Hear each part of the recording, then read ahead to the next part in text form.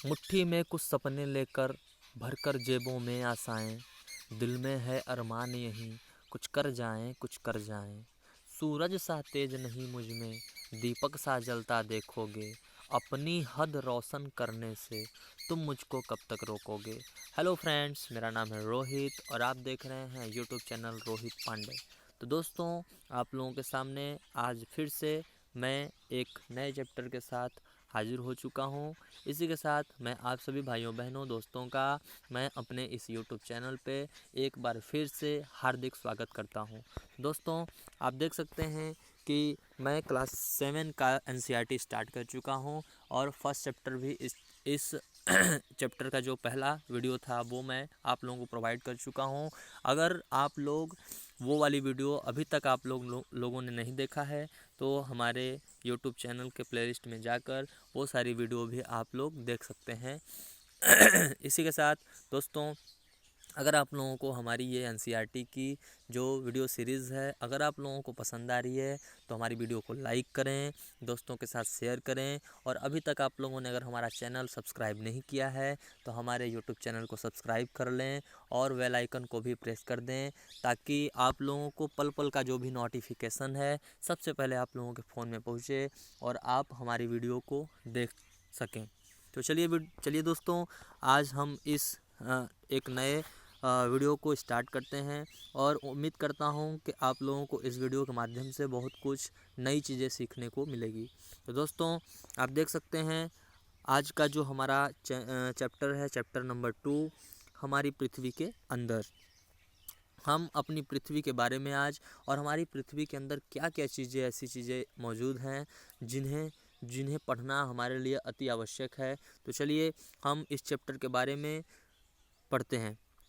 दोस्तों, आप देख सकते हैं हमारी पृथ्वी के अंदर यानी कि हमारे पृथ्वी में के अंदर जो भी चीज़ें मौजूद हैं दोस्तों, उन सारी चीज़ों को हम लोग इस चैप्टर के बारे में पूरी एकाग्रता के साथ समझने की कोशिश करेंगे।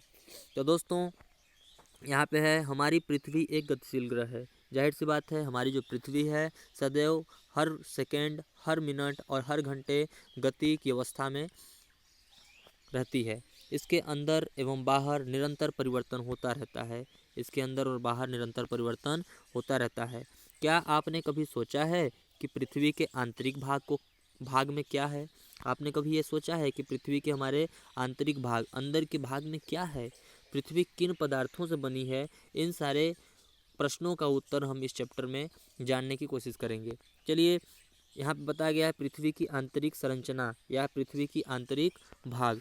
एक प्याज की तरह पृथ्वी भी एक के ऊपर एक सकेंद्री परतों से बनी है। जैसा कि आप इस चित्र में देख सकते हैं, जैसे एक प्याज होता है, प्याज में कई परतें होती हैं। जैसे ये कई परतें होती हैं प्याज में हमारे, उसी तरीके से हमारी पृथ्वी की भी संरचना कुछ इस तरीके से ही बनाई गई है। पृथ्वी की सतह की सबसे ऊपरी परत को हम क्या कहते हैं? परपटी। जैसा कि आप देख सकते हैं पृथ्वी की जो ऊपरी सतह है, इस पृथ्वी की ऊपरी सतह को हम क्या कहते हैं? परपटी कहते हैं। यह सबसे पतली परत होती है। यह महाद्वीपीय संघत में 35 किलोमीटर, अगर महाद्वीपीय संघत में देखें तो इसकी जो मोटाई होती है वो लगभग 35 किलोमीटर की होती है। एवं समुद्री सतह की बात करें तो समुद्री सतह में 5 किलोमीटर की इसकी मोटाई होती है, जबकि हमारे महाद्वीपीय परत में इसकी मोटाई 35 किलोमीटर की होती है, जबकि महासागरीय परत में इसकी मोटाई 5 किलोमीटर की होती है। महाद्वीपीय संघत मुख्य रूप से सिलिका एवं एल्यूमिना जैसे खनिजों से बनी है। सिलिका और एल्यूमिना मतलब जो महाद्वीपों में पाया जाता है। महाद्वीपीय जो सतह होती है, महाद्वीपीय सतह में अगर देखें 35 किलोमीटर की जो इसकी मोटाई होती है, उसमें जो मुख्य पदार्थ होता है वो सिलिका होता है और एल्यूमिना होता है, जैसे खनिजों से बनी है। इसलिए इसे क्या कहते हैं? इसीलिए हम इसे क्या कहते हैं? Cl कहा जाता है। इसीलिए इसको Cl नाम से जानते हैं, जिसका मतलब होता है, अगर C का मतलब देखें तो C का मतलब होता है सिलिका, तथा अगर L का मतलब देखें तो L का मतलब एल्यूमिना कहा जाता है। महासागर की परपटी मुख्यतः सिलिका एवं मैग्नीशियम की बनी होती है। ये महाद्वीपों के बारे में तो अभी हम लोगों ने पढ़ चुका।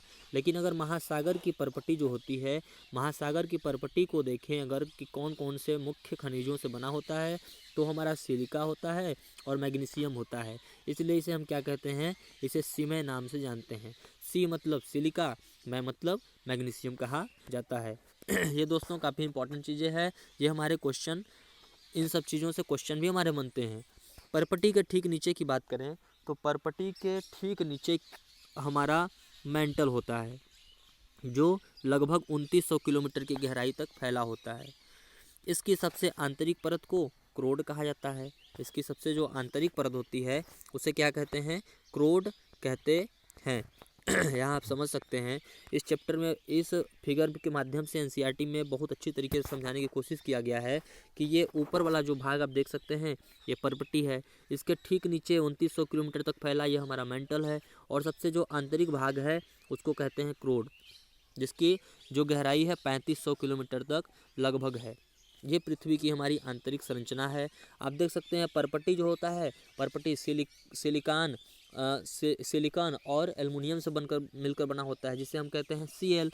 जबकि जो मेंटल वाला भाग होता है ये सिलिकॉन और मैग्नीशियम से मिलकर बना होता है, जिसे हम लोग कहते हैं शेमै। यहाँ पे आप देख सकते हैं ये महाद्वीपीय परपटी है। महाद्वीपीय परपटी अभी बताया है आप लोगों को, मैं बताया हूँ कि 3500 किलोमीटर तक इसकी जो गहराई होती है 35 किलोमीटर तक, sorry I am really sorry. महाद्वीपीय परपटी, ये महाद्वीपीय परपटी जो है इसकी जो गहराई होती है वो लगभग कितना होती है, 35 किलोमीटर तक होती है। जबकि जो महासागर होते हैं, महासागरों में जो गहराई होती है वो 5 किलोमीटर की होती है। सबसे आंतरिक परत को क्या कहा जाता है, क्रोड कहा जाता है, जिसकी त्रिज्या 3500 किलोमीटर है। यह मुख्यतः निकल एवं लोहे से मिलकर बना होता है। यह मुख्यतः निकेल और लोहे का बना होता है, इसीलिए इसे क्या कहते हैं, निफे कहते हैं। निकेल और फेरस या आयरन कह सकते हैं उसको। आप देख सकते हैं कि परपटी किसकी बनी होती है, परपटी को क्या कहते हैं, परपटी को हम Cl कहते हैं। अभी आप लोगों को मैं बताया कि परपटी को क्या कहा जाता है, Cl कहा जाता है। जबकि जो हमारा मेंटल वाला भाग होता है उसको क्या कहते हैं, उसको सीमे, उसको क्या कहा जाता है, सीमे। क्यों कहा जाता है, क्योंकि वह सिलिकॉन और मैग्नीशियम से मिलकर बना होता है। जबकि जो हमारा क्रोड वाला भाग होता है उसको क्या कहते हैं, निफे कहते हैं, निफे। इन सारी चीज़ों में अंतर आप करते चलिए, मिलकर बना होता है और इसे क्या कहते हैं, निफे कहते हैं। केंद्रीय क्रोड का तापमान एवं दाब काफ़ी उच्च होता है। केंद्रीय क्रोड का, अगर हम सबसे आंतरिक वाले भाग का, पृथ्वी के भाग का अगर हम लोग तापमान और दाब की बात करें तो काफ़ी उच्च दाब होता है और उच्च तापमान होता है। यहाँ पे अब समझ लीजिए कि इतना तापमान होता है कि यहाँ पे कोई भी पदार्थ ठोस अवस्था में नहीं रह सकता। वहाँ पे सभी पदार्थ किस अवस्था में रहते हैं, सभी द्रव अवस्था में पाए जाते हैं। आप देख सकते हैं पृथ्वी के आयतन का केवल 1%, पृथ्वी का जो आयतन है, पृथ्वी के आयतन का केवल 1% परपटी एवं 84% मेंटल होता है एवं 15% हमारा क्रोड होता है। और जो पृथ्वी की त्रिज्या होती है 6371 किलोमीटर, ये हमारी पृथ्वी की त्रिज्या होती है। आप देख सकते हैं फ्रेंड्स कितनी महत्वपूर्ण बातें हम लोगों को बताई जा रही है। अगर हम शैल एवं खनिज, उसके बाद फिर ये हमारा जो हेडिंग है वो शैल और खनिज के बारे में है। अगर हम शैल और खनिज के बारे में की बात करें तो पृथ्वी की परपटी अनेक प्रकार के शैलों से बनी है। पृथ्वी की जो परपटी है वो अनेक प्रकार के शैलों से मिलकर बनी होती है। आप सभी ये बातें अच्छी तरीके से जानते हैं। पृथ्वी की परपटी बनाने वाले खनिज पदार्थों के किसी भी प्राकृतिक पिंडों को क्या कहते हैं, शैल कहते हैं। पृथ्वी की परपटी बनाने वाले किसी भी खनिज पदार्थ की प्राकृतिक पिंड को क्या कहते हैं, शैल कहते हैं। शैल विभिन्न रंग के होते हैं, विभिन्न आकार के होते हैं एवं गठन, विभिन्न आकार और विभिन्न रंग के सेल होते हैं। मुख्य रूप से सेल 3 प्रकार के होते हैं। अगर मुख्यतः इनको प्रकार में बांटें सेलों को, तो मुख्य रूप से इनका जो प्रकार होता है वो 3 प्रकार के होते हैं। जैसे आग्नेय सेल, अवसादी सेल और रूपांतरित सेल, कायांतरित सेल होते हैं। यह मुख्य रूप से सेलों के 3 प्रकार होते हैं। द्रवित मैग्मा ठंडा होकर ठोस हो जाता है। द्रवित जो मैग्मा होता है, ज्वालामुखी होती है, ज्वालामुखी जब विस्फोट जब होता है तो उनकी क्रिया जब होती है तो जो द्रव अवस्था में जो लावा बाहर आते हैं उन्हें क्या कहते हैं? मैग्मा कहते हैं। जो द्रव अवस्था में जो बहता हुआ पदार्थ बाहर पृथ्वी के सतह पर फैल जाता है उसे हम क्या कहते हैं? उसे हम मैग्मा कहते हैं। तो जो द्रवित मैग्मा होता है द्रवित मैग्मा होता है वो ठंडा होकर ठोस हो जाता है। वो क्या होता है? हमारी पृथ्वी के सतह पर फैल जाता है और जैसे ही वह ठंडा होता है वह ठोस अवस्था में आ जाता है। इस प्रकार के बने सेल को हम क्या कहते हैं? आग्नेय सेल कहा जाता है। इन्हें प्राथमिक सेल भी कहते हैं। इन्हें हम प्राथमिक सेल भी कहते हैं। आग्नेय सेल 2 प्रकार का होता है। आग्नेय सेल जो होता है वो 2 प्रकार का होता है, अंतर्भेदी सेल और बहिर्भेदी सेल। इसके कहने का मतलब ये है, जब हमारा अंतर्भेदी का मतलब जब द्रवित मैग्मा जो होता है वो पृथ्वी के गर्भ में ही ठंडा हो जाता है। जब द्रवित मैग्मा पृथ्वी के गर्भ में ही ठंडा हो जाता है और ठोस हो जाता है तो उसको हम कहते हैं अंतर्भेदी सेल। जैसा कि आप नाम से भी कंफर्म कर सकते हैं, अंतर्भेदी सेल। लेकिन वही मैग्मा जब बाहर आकर हमारे पृथ्वी के सतह पर ठंडा होता है और ठोस हो जाता है तो उसको कहते हैं बहिर्भेदी सेल। उसको क्या कहा जाता है? उसको कहा जाता है बहिर्भेदी सेल। क्या आप ज्वालामुखी से निकलने वाले लावा की कल्पना कर सकते हैं? वास्तव में आग की तरह लाल द्रवित मैग्मा ही लावा कहलाता है। जो आग की तरह लाल द्रवित मैग्मा होता है लावा की तरह जो लाल द्रवित मैग्मा जो लावा की तरह होता है वही होता है हमारा मैग्मा, जो बिल्कुल एकदम लावा की तरह होता है, रेड कलर में, जो पृथ्वी के आंतरिक भाग से निकलकर सतह पर आता है। बिल्कुल सही बात है, पृथ्वी के आंतरिक भाग से निकलकर कहाँ आता है? सतह पर आता है। जब द्रवित लावा पृथ्वी की सतह पर आता है जब द्रवित लावा पृथ्वी की सतह पर आता है तो यह तेजी से ठंडा होकर ठोस बन जाता है। तो ये क्या होता है? यह बहुत जल्दी ठंडा होकर ठोस के रूप में बन जाता है। परपटी पर इस प्रकार से बने सेल परपटी पर इस प्रकार से बने सेल को हम क्या कहते हैं? इन्हें ही बहिर्भेदी आग्नेय सेल कहा जाता है। जो हमारे पृथ्वी के बाहर आकर ठंडा हो जाते हैं और ठोस रूप में हो जाते हैं उन्हें बहिर्भेदी आग्नेय सेल कहते हैं। लेकिन अंतर्भेदी सेल जब हमारे पृथ्वी के गर्भ में ही ठंडा हो जाता है तो उन्हें अंतर्भेदी आग्नेय सेल के नाम से जानते हैं। धीरे धीरे ठंडा होने के कारण ये बड़े दानों का रूप ले लेते हैं। ये क्या करते हैं? ये बड़े दानों का रूप ले लेते हैं। क्यों? क्योंकि पृथ्वी के गर्भ में ठंडा हो रहा है तो काफ़ी धीरे धीरे ठंडा होगा, लेकिन वहीं अगर पृथ्वी के बाहर ठंडा होगा तो बहुत जल्दी से ठंडा हो जाएगा। तो जब धीरे धीरे ये क्या होते हैं? पृथ्वी के गर्भ में धीरे धीरे ठंडा होते हैं तो ये बड़े दानों का रूप ले लेते हैं। ग्रेनाइट ऐसे ही सेल का एक उदाहरण है। ग्रेनाइट ऐसे ही सेल का एक उदाहरण है। लेई मसालों तथा दानों का चूर्ण बनाने के लिए जिन अपघर्षण पत्थरों का उपयोग होता है वह ग्रेनाइट के बने होते हैं। जैसे आप सिलबट्टे का नाम सुने होंगे तो सिलबट्टा जो पत्थर होता है वो मुख्यतः ग्रेनाइट का बना होता है। सेल लुढ़क कर, चटक कर तथा एक दूसरे से टकराकर छोटे छोटे टुकड़ों में टूट जाता है और इन टूटे हुए छोटे छोटे टुकड़ों को ही हम क्या कहते हैं? अवसाद कहते हैं। क्या कहते हैं?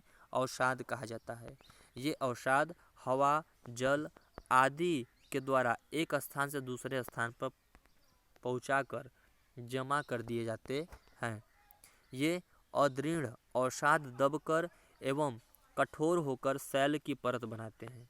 ये क्या करते हैं? कठोर होकर सेल की परत बनाते हैं। इस प्रकार कि सेलों को हम क्या कहते हैं? इस प्रकार के औषधि सेल कहते हैं। इस प्रकार के जो सेल होते हैं उन्हें औषधि सेल कहते हैं।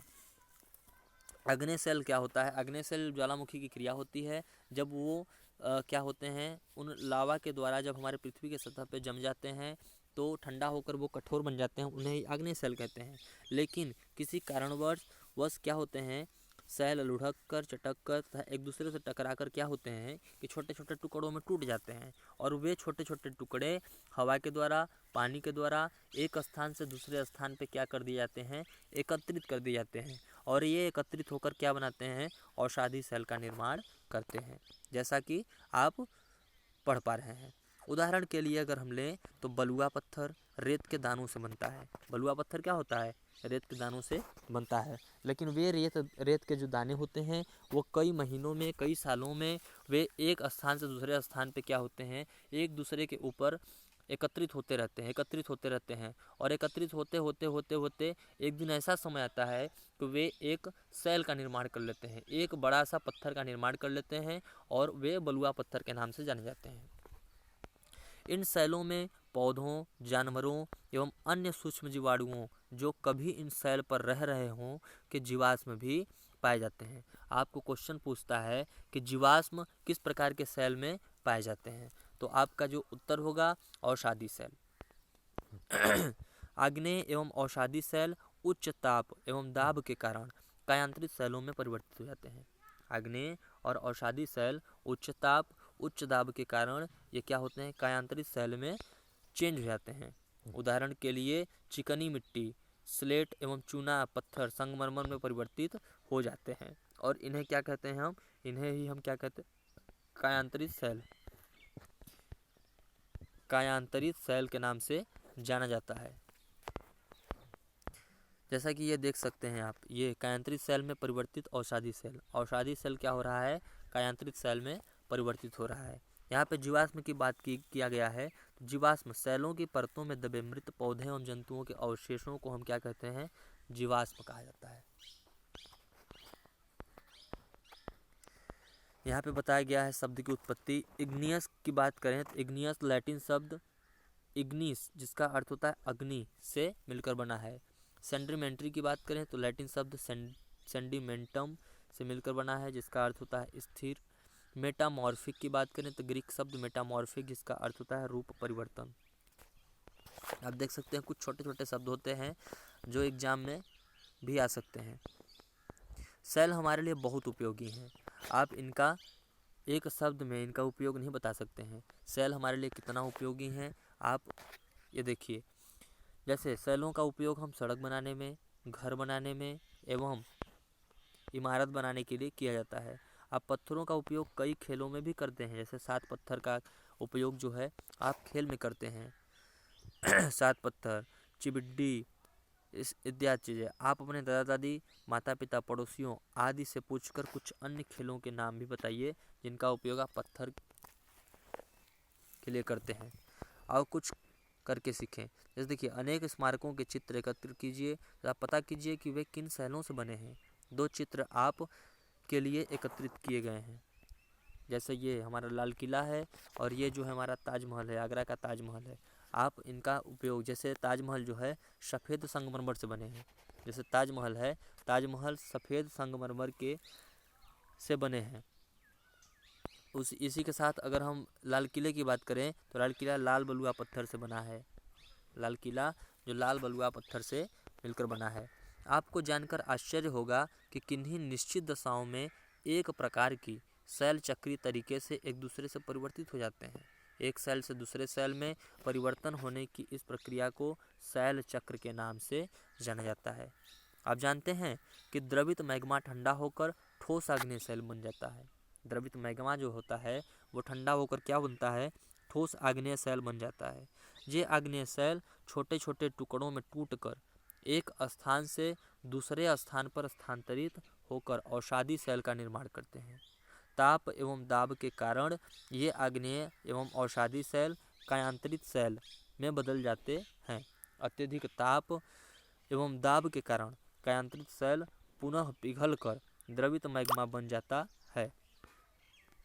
बन जाता है, पुनः ठंडा होकर ठोस आग्नेय सेल में परिवर्तित हो जाता है। जैसा कि सेल चक्र के बारे में आप लोगों को यहाँ फिगर के माध्यम से दिखाया गया है। देखिए एनसीईआरटी में फिगर के माध्यम से बहुत कुछ समझाने की कोशिश किया गया है और ये बहुत अच्छी चीज़ें हैं।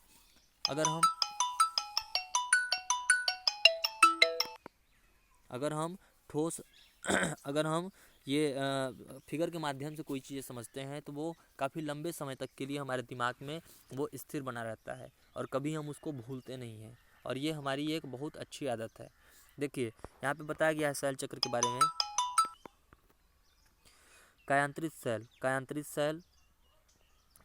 सेल जो है हमारा मैग्मा, ये मैग्मा है। मैग्मा से क्या बन रहा है, ये पिघल रहा है हमारी पृथ्वी पे आके, जब फैल रहा है तो वो आग्नेय सेल का निर्माण कर रहा है। और यही आग्नेय सेल जब किसी कारणवश टूट जाते हैं, फूट जाते हैं और एक जगह जाके ये मतलब जमा हो जाते हैं, तो इसको हम क्या कहते हैं, अवसाद कहते हैं, अवसादी सेल।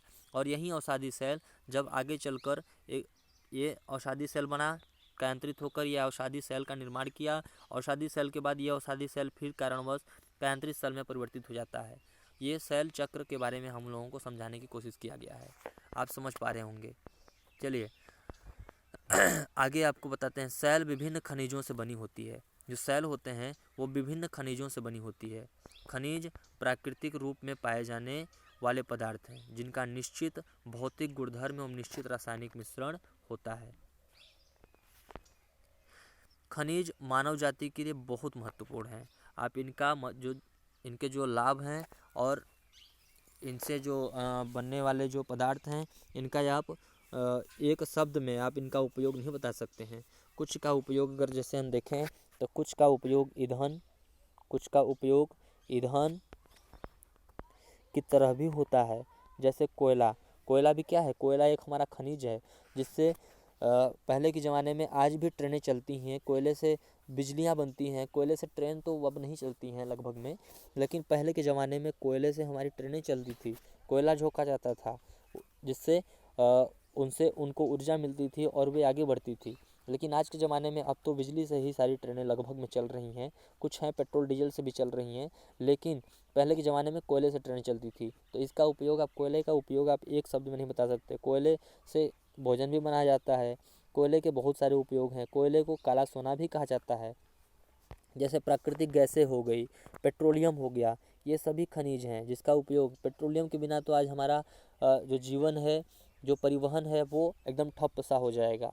इनका उपयोग औषधि उद्योगों एवं उर्वरक में भी इनका उपयोग किया जाता है। जैसे लोहा, एल्युमिनियम, सोना, ये सभी चीज़ें, यूरेनियम, ये कितने महत्वपूर्ण खनिज हैं जिनका हम एक शब्द में इनका उपयोग नहीं बता सकते। इनके अनेकों उपयोग हैं।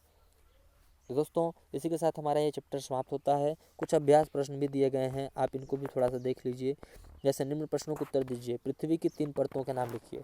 पृथ्वी की 3 परतें कौन कौन सी हैं? पर्पटी, मेंटल और क्रोड। ये पृथ्वी के 3 महत्वपूर्ण परतें हैं।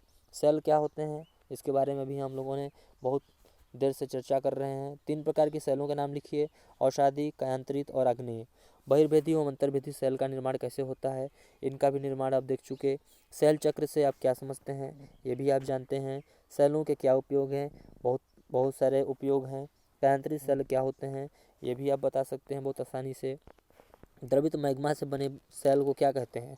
द्रवित मैग्मा से बने सेल को क्या कहते हैं? आग्नेय कहते हैं। पृथ्वी की सबसे भीतरी परत क्या है? क्रोड है। सोना, पेट्रोलियम, कोयला किसके उदाहरण हैं? खनिजों के उदाहरण हैं। सेल जिसमें जीवाश्म होते हैं वो कौन सा सेल होता है? औषधि सेल होता है। पृथ्वी की सबसे पतली परत कौन है? पर्पटी है। तो उम्मीद करते हैं कि आप लोगों को ये वीडियो पसंद आया होगा। अगर वीडियो हमारी पसंद आती है तो वीडियो को लाइक करें, सब्सक्राइब करें चैनल को, और ज़्यादा से ज़्यादा अपने दोस्तों के साथ, अपने फ्रेंडों के साथ ये वीडियो हमारा शेयर करें, ताकि वो भी इस वीडियो के माध्यम से अपनी तैयारी को और भी सही दिशा दे सकें। तो दोस्तों इसी के साथ मैं आप लोगों से विदा लेना चाहता हूँ। जय हिंद, जय भारत।